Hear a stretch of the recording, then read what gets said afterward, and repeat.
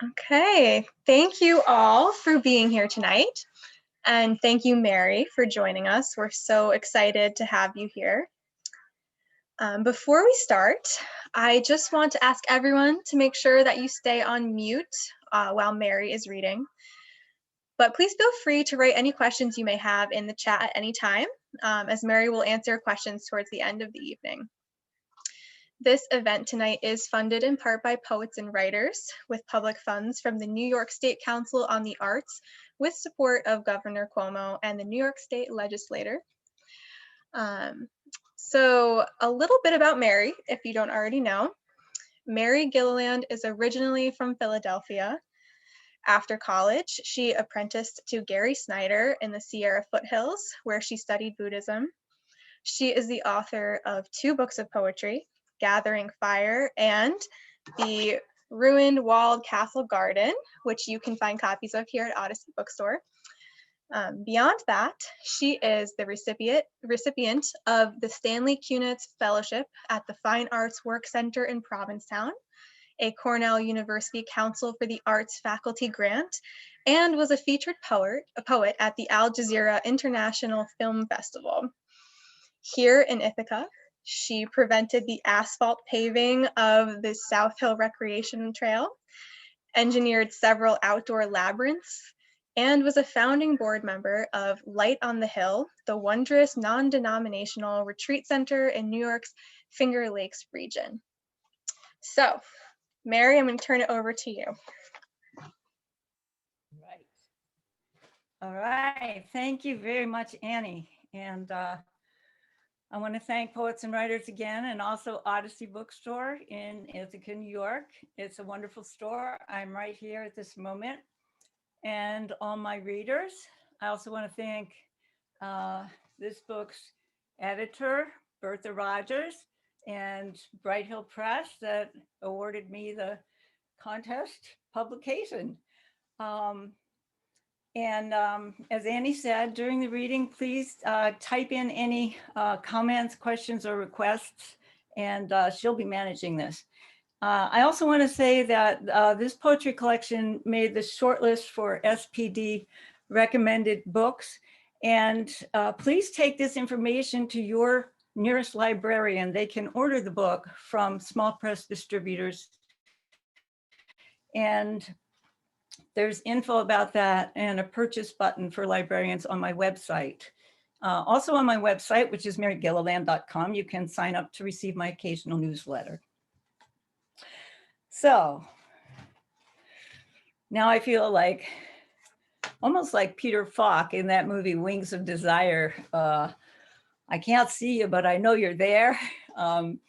It's very different reading in a bookstore with little windows of people instead of with you in person. But we're doing our best during these times. So you're my angels all listening tonight. I want to take a moment because a year ago yesterday, my family was gathered for my sister Helen's memorial service. And I want to take a moment of silence for her and of gratitude for my family's good fortune to be able to mourn together in person. And then also for all of our subsequent very large year of grief and bereavement.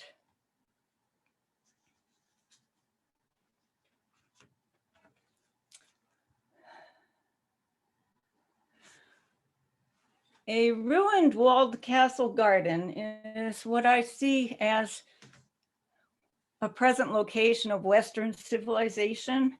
It's up to us, the human beings, to do our best to bring back respect for each other and for the rights of nature, of ecosystems.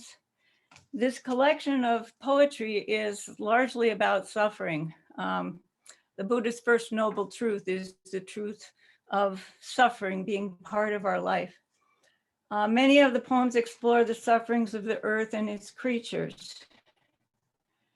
And I hope very much myself that we human creatures will commit to preventing future pandemics by changing our behavior in regard to wildlife and animals and the environment. Also in this book, there are a number of poems about individuals damaged by conventional society, whether that's Virginia Woolf deciding to drown or a shift worker forced to pluck and prepare chickens all night. Okay, for the poems, I'm going to start with two recent ones, and then I'm going to read from the book. So this poem is called Down. I wrote it a few days ago, and it will be in the next newsletter of the Finger Lakes Native Plant Society. Down, 17th February, for Peter. Sleet crusted the 2-foot snow base a few days ago.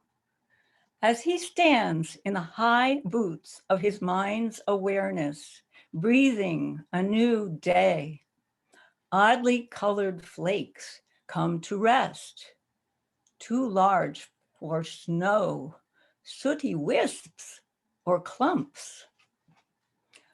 Up in the tallest, smallest branches, above the gold band of the horizon with its blurred gold disk, 5 weeks before spring starts on the calendar, robins are preening.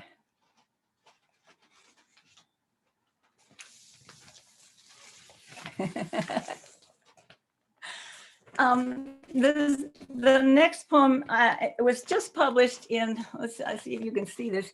It's Tab Journal, a journal of poetry and poetics.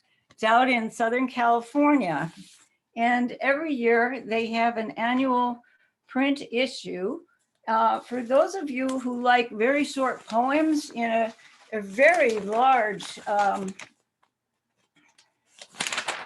aesthetically designed format, this is the page that has my, 15-line poem Proserpine on. And Annie is going to put the link for this journal in the chat. Usually they do one issue a year in hard copy, but because of COVID, all the other issues are online. Because of COVID, this issue is also online. And so you can download it as a PDF. You can listen to the recorded poems.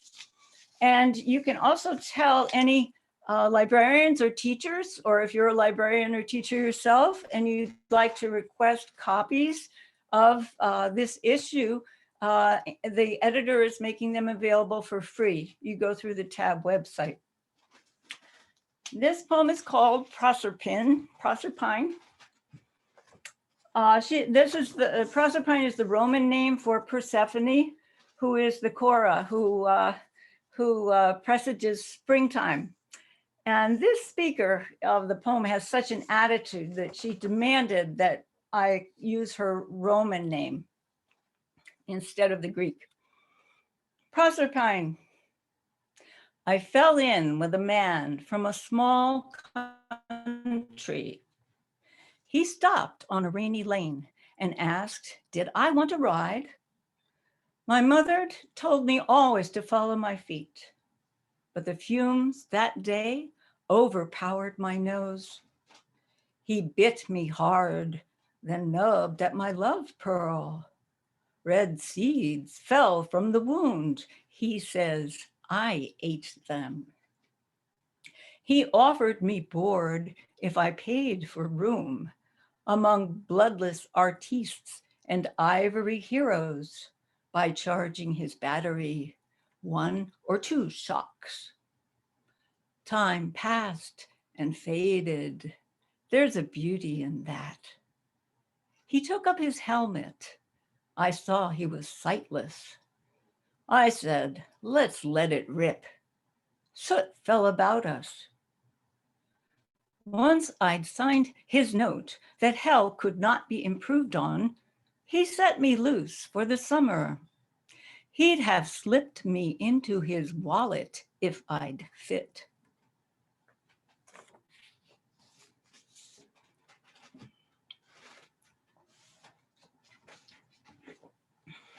Now I'm going to read from The Ruined Walled Castle Garden.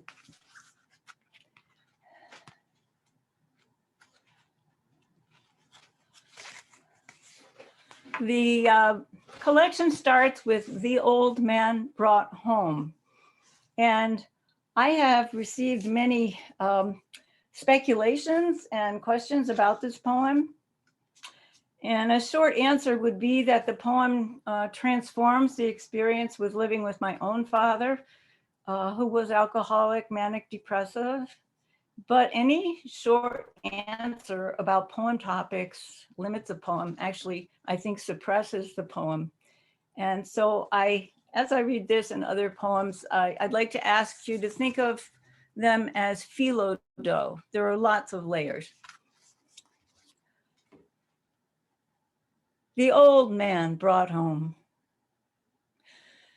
My father once wore one shoe and one slipper, pressing star moss and vole tracks, walking steep land. A stubbled saint fizzling in a 20th century incarnation, afraid to use the cellar stair or to digest the darkness that had been his middle age. He broke off old branches as his hand brushed their paper green lichens. Brittleness pleased a slender novelist tossed inside, who spoke to a cobbler bent over blue suede or white leather at his bench.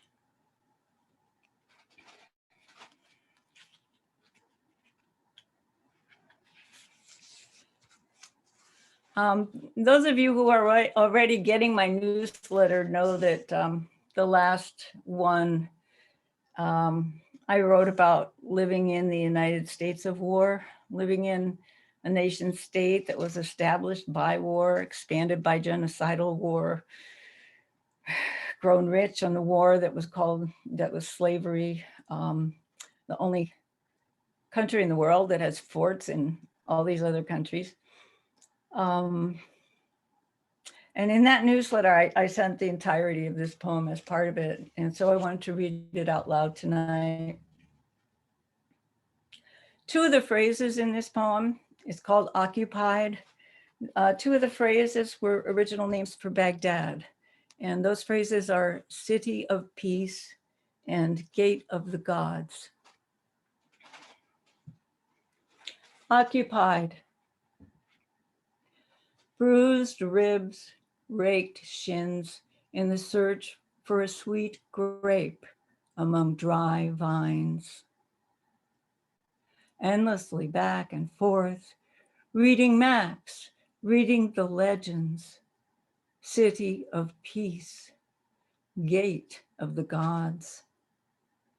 Standing knee deep in the mud of an untilled field, a rogue bull amid the red dirge. Hub of bricks on the floodplain, submerged, save for its fame. Re-upped streets radial from the gardens. Called again to prayer, land of marshes and sand. Looted and forced once more. Bone chips rattling, arms gone to a roadside bomb. Meat cold in the bowl.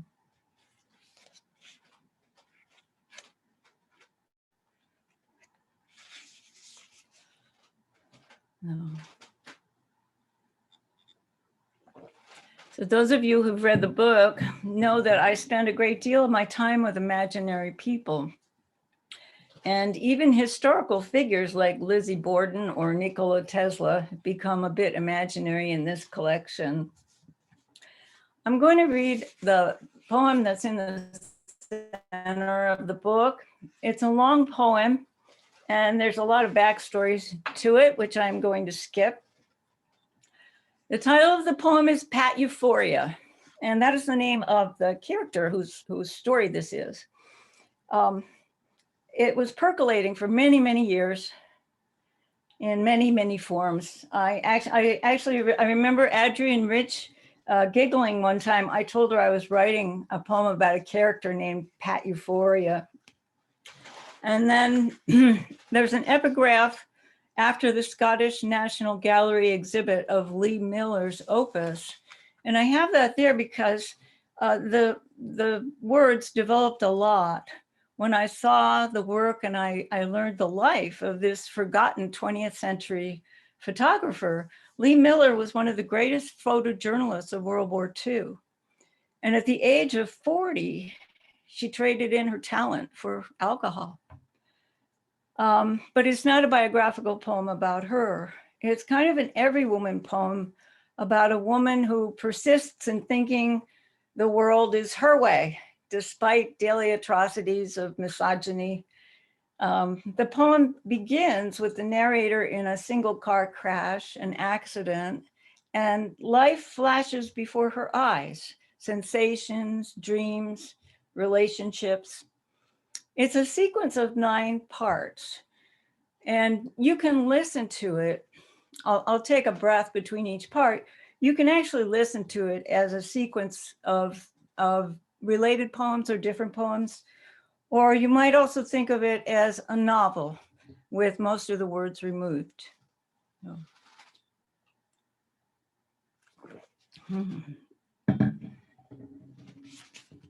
Pat, Euphoria. How does a soul find its way from the 21st century? A gold-plated Odeum with 1 in 10 scenarios to play. An October palace of leisure with malice. More people in pieces than ever. It's too late to slash my wrists, but I know why one would want to. My feet have a tide. They go numb and recede.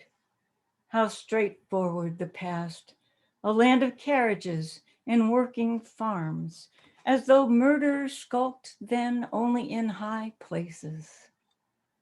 Toes, oh, the toes, can't touch broken pebbles on the shoulder of the road, imbibe the garden's soil, the city sense of tarmac. I lean where the windshield glass lodges. Hard-headed gal, I try to step back in.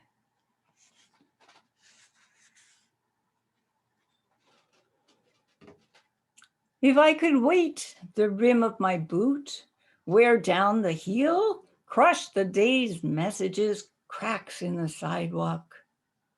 Lions and mice flatten the grass and leave prints in dirt. I no longer move on anything softer than ice. If I could call for assistance, steal downtown overland, lure a skyscraper toward me, glide in for an after hours massage. On a heated slab, breath could stream, ribs spread like an earthly walker's, someone fondling my 2 lonely souls.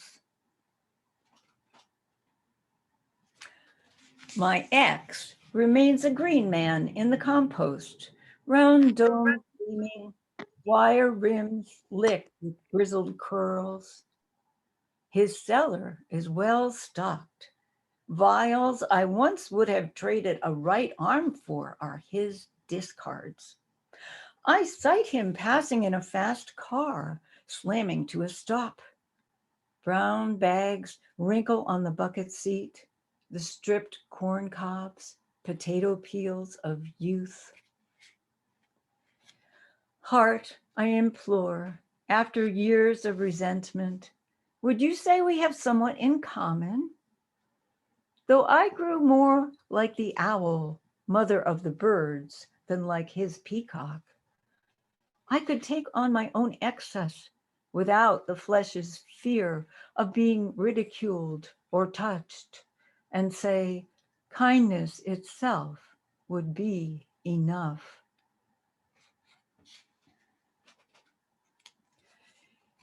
In recurring dreams of travel, I tried to get not up, but over highways to a place to get away. Departure time is pending, and I'm rolling scattered clothes, tickets indecipherable, directions gone askew. Miles of exhaust, miles of exhaust, blocks of exhale, unwalk the step of body swapped to make myself a name.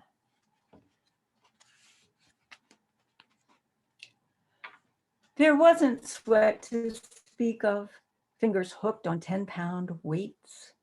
Nights of muscles, barbelled dumb, would leave my mind pocky as the mackerel clouded sky. Well-spoken women are flowers blown on stone, the call. Above the city, ribbing scales, sunlight cupping pockets of the dark. A swart fish of the heavens plies the line to the horizon. Swim, helpmate, you'll surface to the name, the fame, glued to the guy beside. Yours, the twilight. Give your favors, you'll be thrown back anyway. An easy mate to sleep with, you won't rustle in the night. Tired from the movement that muscles haven't made. Undone, cleaned as you were caught. 3 miles stroll parallel the trolley, mother's constitutional, until the age of 93. Mother's suburban daily, 2. Sister, what's this tendency to torpor? Stasis in a chair with a book that wrecks the eyes? Must be your father's branch, the guy's. A superb day out she'd want me for. Bargains at the factory shop, tea rooms, a free shuttle from one end of the mall.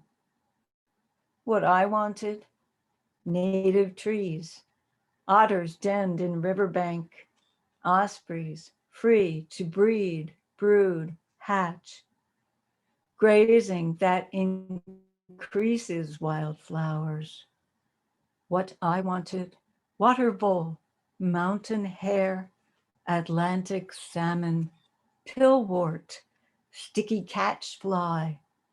What I wanted, movement that moves me. I stretch arms, don't feel a thing. Where's the hand to hold the handle? Latch, car, door, the picture's moving. Heavens, crystals falling, strike the road with a cold sting. Blunt arrows on the worried guardrail.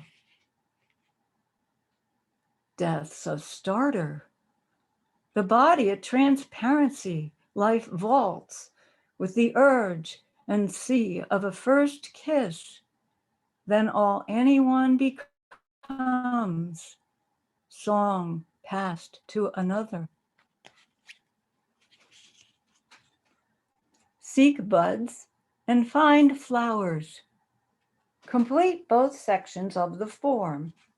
Hardship makes the heart grow harder. Pruning amplifies air circulation. Talent levels with applause. Black ice forms when temperatures near freezing.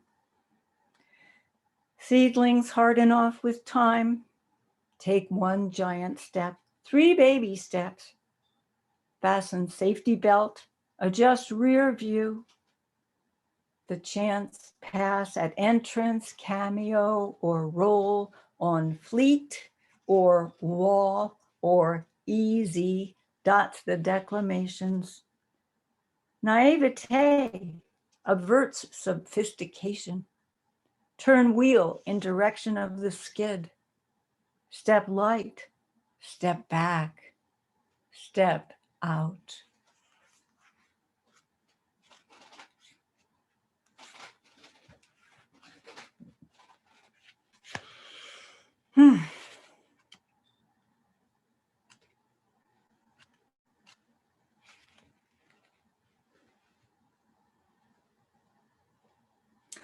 I'll read two more. I'm going to read Earthly Mishaps, which is the poem from which the book took its title.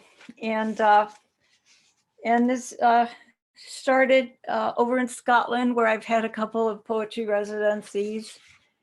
Cadfael is mentioned in this, for those of you who might know the Cadfael Mystery Series. This is a medieval monk who's also an apothecary herbalist who happens to turn up murders every so often at his monastery and solve them. And there's a plant in the poem called Mare's Tail. That's the actual name of a plant, Mare's Tail, like the horse. Earthly mishaps. Faint, humming, inexorable in the damp, below the ruined, walled castle garden. Mare's tail tunnels an 8-foot root. I forgot to tell you, this is a man talking.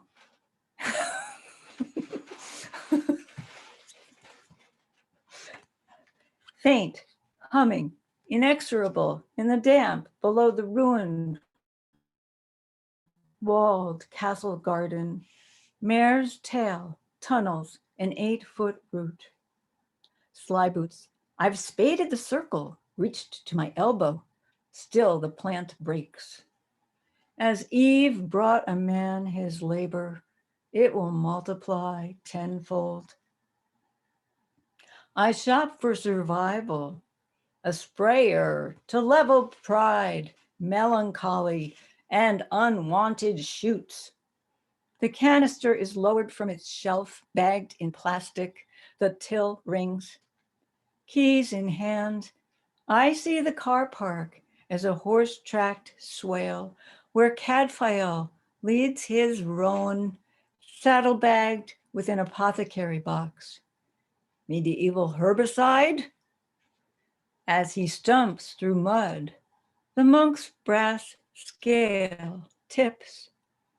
One pan sways with the bitterness of interrupted life. The other, Eve's radical helplessness.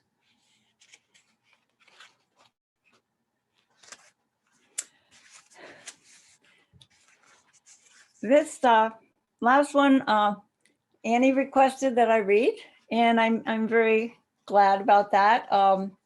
It's called Infinitives, and like the book, the poem Occupied,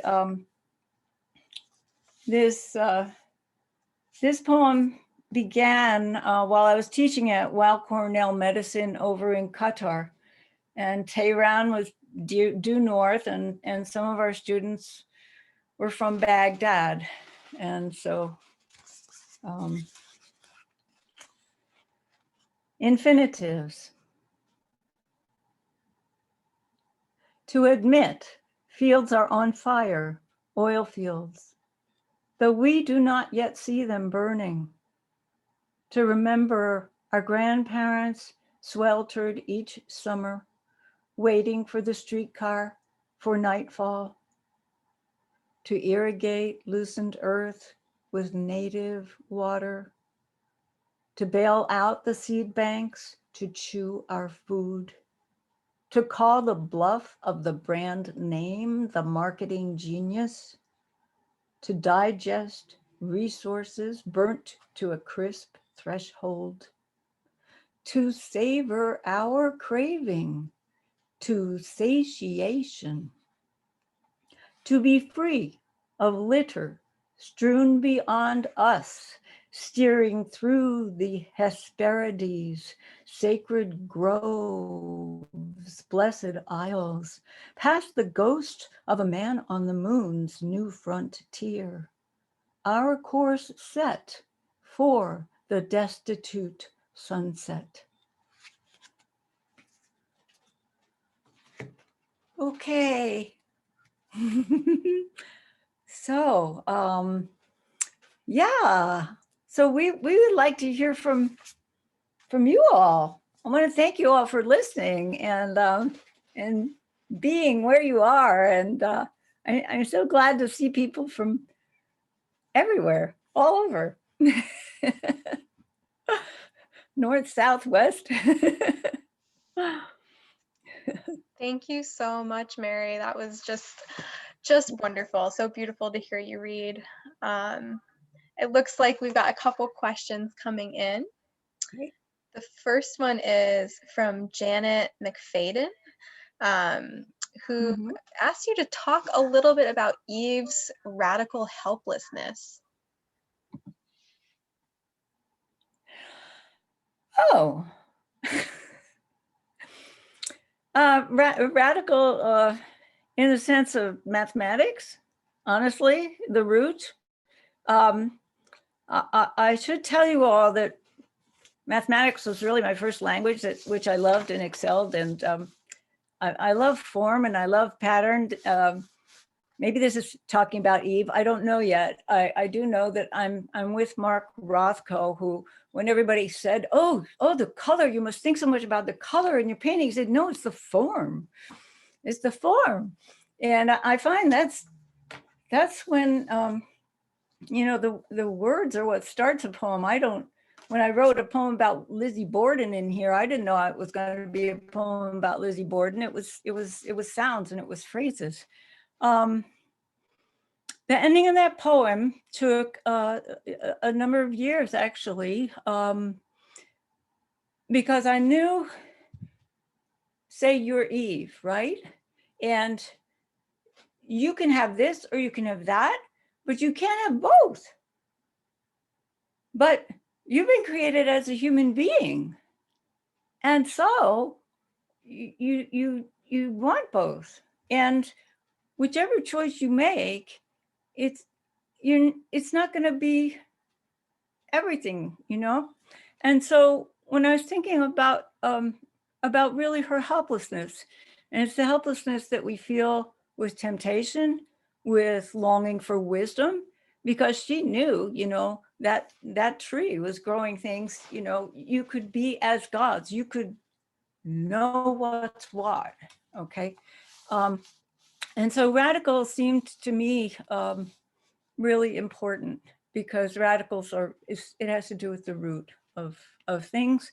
And really that story of creation is one of our roots. Maybe we could have some follow-up questions on that. I don't know if I got to the root of it. So, yeah. Thank you, Janet.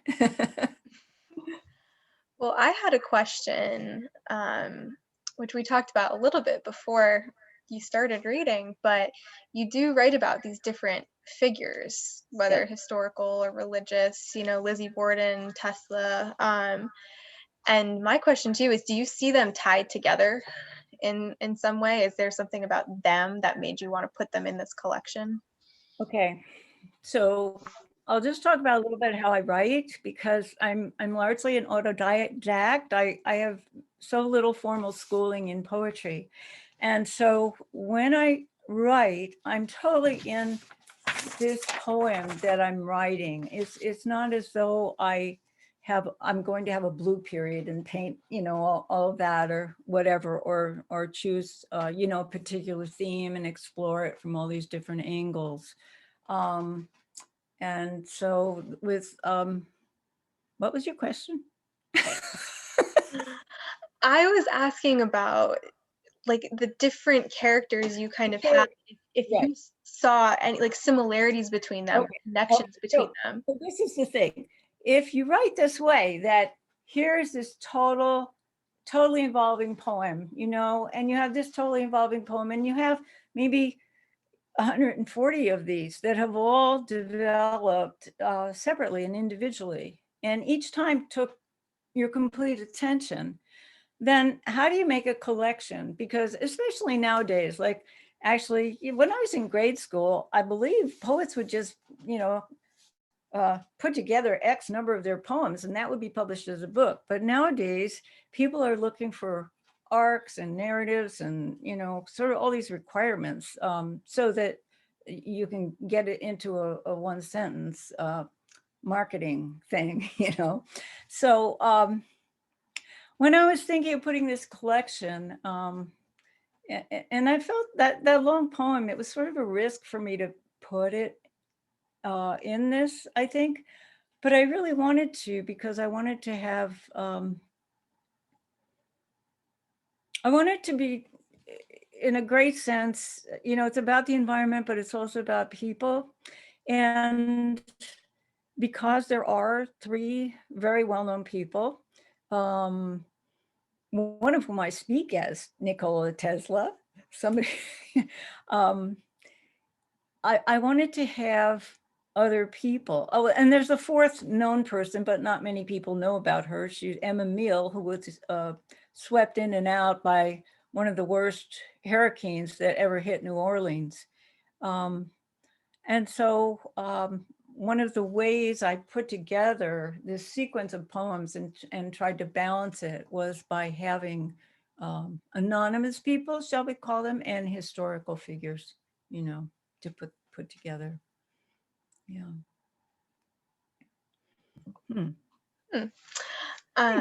We have another question from Fred Muratori. In Right. poems about other people, what determines whether you write the poem in the first person or the third person? Oh. When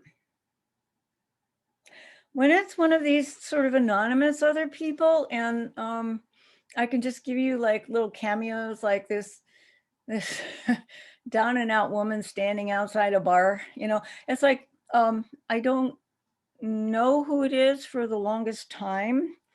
I don't know the whole story. It develops slowly. And I think because of that process of discovery, most often in more recent times, it always becomes a first person poem.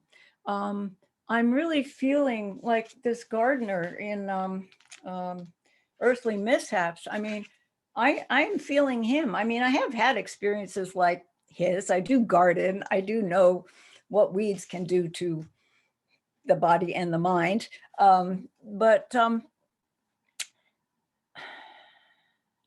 the two poems in this book that are third person, one is about Virginia Woolf, who I think I just, I have such respect for and such awe of, that I just couldn't, it was just like her. It was her. I wasn't going to speak as her. And then Lizzie Borden, I really am not into fratricide and matricide and all that. So she's also a third person. But most often, Fred, it's really, it just, the I part just comes naturally.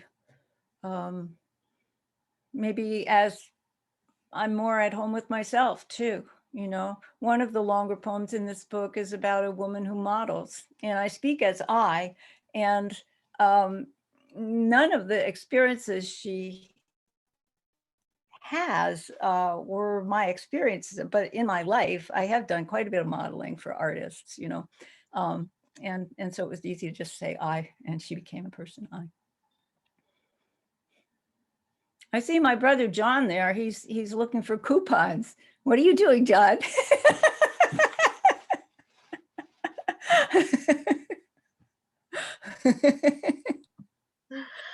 Okay. I see, it looks like Carol has her hand raised. I don't know if she's a question or if clicked that accidentally, but I don't know. Carol, if you have a question, you could unmute and ask it if you want. If someone has a question, yeah. Yeah. A mistake. Okay. Okay. Beforehand. So I have a question from Eric Pfeiffer. Yes. And the question is, how do you know when a poem is done?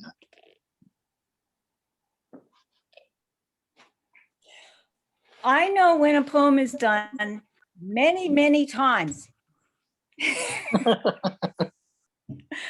So it's done. And actually I had this, I mean, I got really tired today because I had this poem that was done, and I was looking at it, and a couple of words in it like really bothered me. And then there was another 2 hours.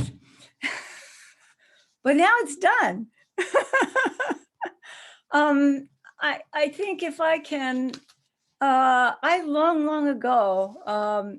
So one way I learned to write poetry without going to school was I fell in love with, this was actually one of Gary Snyder's great gifts to me. He handed me a little pamphlet book by H.D. It was Hilda Doolittle. And I just loved her work, and I immersed myself in her work. I practically memorized it. I think later on in life, I was asked to come to seminars and give little talks about her. And I read that she always would throw ink over the page so it wouldn't be perfect to get started. And then also always take it from the top. And so one way I know a poem is done is I literally write it. I you know, with, and it's always very important which tool are you gonna, which pen, what color, all that kind of stuff, you know. But when I write it without a kink, and I say it without a kink, I also get quite good feedback from a couple of people. One of my recommenders on this book is Mary Crow, and I met Mary 30 years ago, and we've been exchanging poems with each other ever since. And she's a really excellent reader for my work, as is Fred Muratori, who was on this call. Yeah. We have a request from Donald Levering, Oh. who's asking if you'd be willing to read About to Burn Her Dress. Oh, sure. Okay. This is the Lizzie Borden poem. Donald, what page is that on? No, I'll find it. On page 23. No, I got So. About to burn her dress. Does everyone know Lizzie Borden? Took an axe and gave her father 40 whacks. Okay. About to burn her dress. Where has she been this sweltering day since she paused beside the horsehair armrest and interrupted Mr. Borden's nap? Then glided by the kitchen where the maid was plunged into a sticky business, canning, and picked her way out to the shed. The nimbus clouds cut open. The sluice dulls her scarlet apron. Crystals pitter-patter on her nose. Or is the cloud burst something that, like so much else, only her far-fetching imagination sees? Fall River slips away. The shed's wood floor, the axe, the open door. Lizzie's willowy, an orphaned flower in the yard, and done with Papa's snores from the settee. Empty eyes raised to cold heaven, she stalks the plank that keeps her long skirt from fresh puddles on her way back to the house.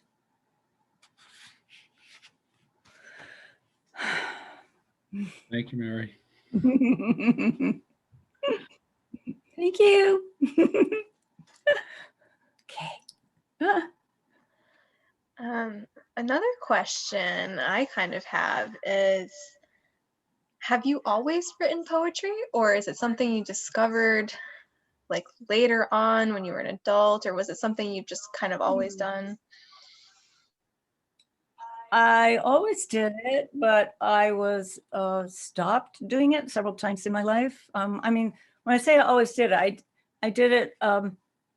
I have these little clippings from the town newspaper from when I was 6 years old, because my mother took that stuff to the newspaper and published them. But for various reasons, I don't know. I didn't write very good poetry. I mean, it was okay, and I had a book published when I was 29. But I was teaching. I remember Mary Oliver saying to me, "Don't do that. Don't take an interesting job." But I did it, and I devoted myself to it. But then, when I was in my late 30s, it got really important to me to find out, was I writing something worthwhile, really, not just for me, but for others. And so at that point, I applied to writer residencies. And the biggest turning point in my life, I put my job on the line when I got accepted at the Provincetown Fine Arts Work Center, because that's a 7-month fellowship. And when I was there, I was pretty close to 40, and I would write all morning and I would be so tired. And it was like, well, Mary, what have you been doing all these years, coming home from teaching all day and telling yourself you're going to write poetry and then you don't? I mean, it really is a devotion, it is work, but it's a devotion, really. It's a blissful kind of work. And so I made some changes in my mind then about how I was going to handle my job, which was a senior lecturer at Cornell. It's non-tenure track faculty. So it's a lot of teaching, it's a lot of work. So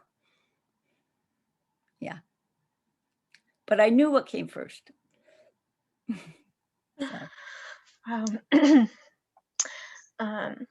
You touched a little bit on this before, but I was curious about like putting this whole collection together. Did you like set out to write this book, or did you start writing and start realizing that you could put a book like this together, if that makes sense? Yeah. What was it about? I think it was that there were, that there were, shall we call them figural poems in the book? There's the artist model, there's the guy who works at the chicken plant, there's the gardener, there's the woman in the hat, there's all these sort of people there. And so this is, I mean, I have 3 full-length collections of poetry also, which I've been finalist in many national contests with them, but at a certain point I just thought, well, why don't I think because my poems are so layered and they can be very intense, that a small package is helpful. So I decided I would make a chapbook. And so I've tried, different forms of the chapbook. And this one rang a bell. Yeah. So did the poems already exist when you were putting it together? They all already existed. I think at a certain point, then I had to look at questions like, oh, should they all be first person no matter what? Should it all have I? Should it all be you? To find a way to harmonize and sequence them. And honestly, Annie, to go back into how I did it would be a little imponderable. It's sort of like, when you make a poem and it's like, oh, how did I do that? Or, you mentioned I had helped to make labyrinths around the Ithaca area. Well, I've also done standing stone circles with other people. And that's a big monumental project. And, it's done and you tamp all the dirt around everything. You start walking away and you look back and it's like, who were those people? How many thousands of years ago were they there? And so it's sort of like that same kind of magical thing happens with, I mean, I just knew.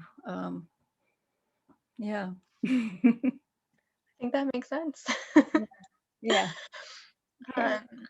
Okay. So, Hey, Mary, I have another question for you. Let me phrase this question. Did you feel like when you're writing about your father, that you learned something about him that you hadn't known, or was there a certain catharsis in writing about him? When I wrote that poem, it had nothing to do with my real father.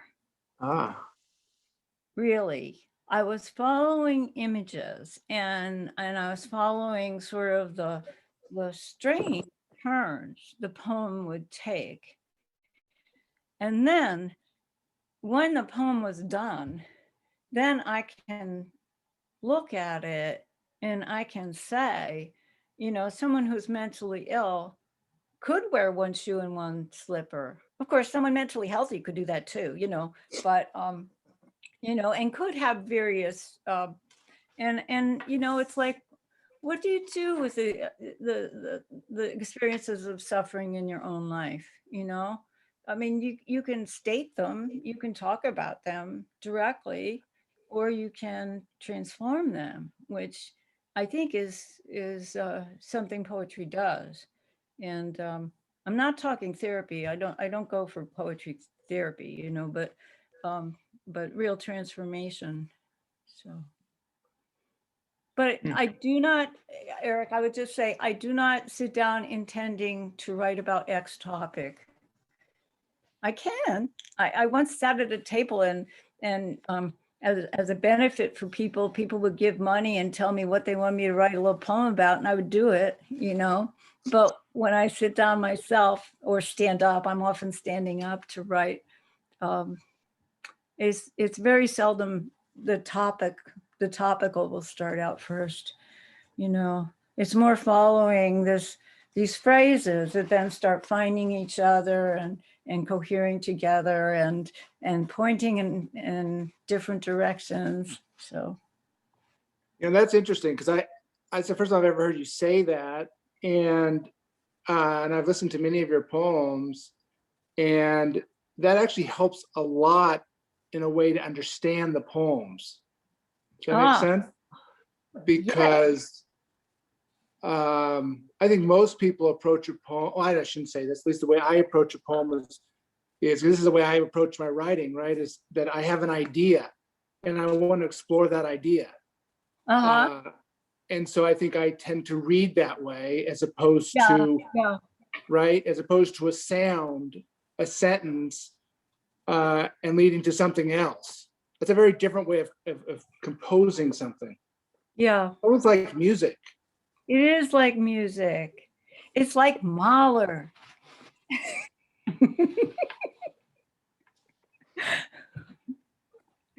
So, yeah. Okay. Well, if anybody else has any more questions, I would say you could just unmute yourself and ask or put them in the chat, but we're just about at time here.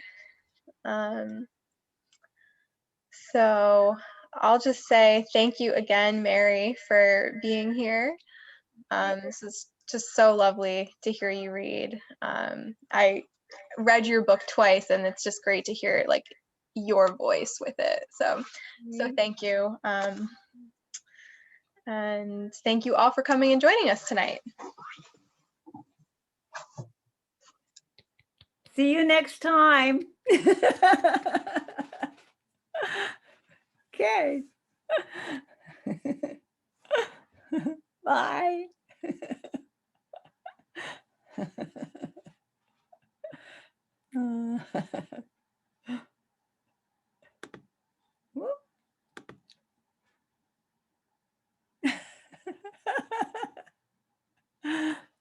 Hi, Edward.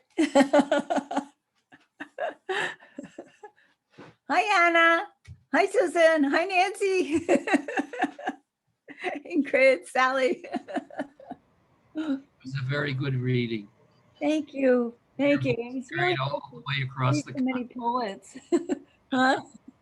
Your voice carried all the way across the continent. All across the continent. Okay. To the rim, Pacific Rim. Bye-bye. Yeah. Thank you. Bye-bye. Beautiful, Mary. Very beautiful. Thanks. Thank you. Thanks. It's so nice to see your face. Good to see you. Good Yeah. to see you. Yeah. Yeah. Soon again. Night, Anna.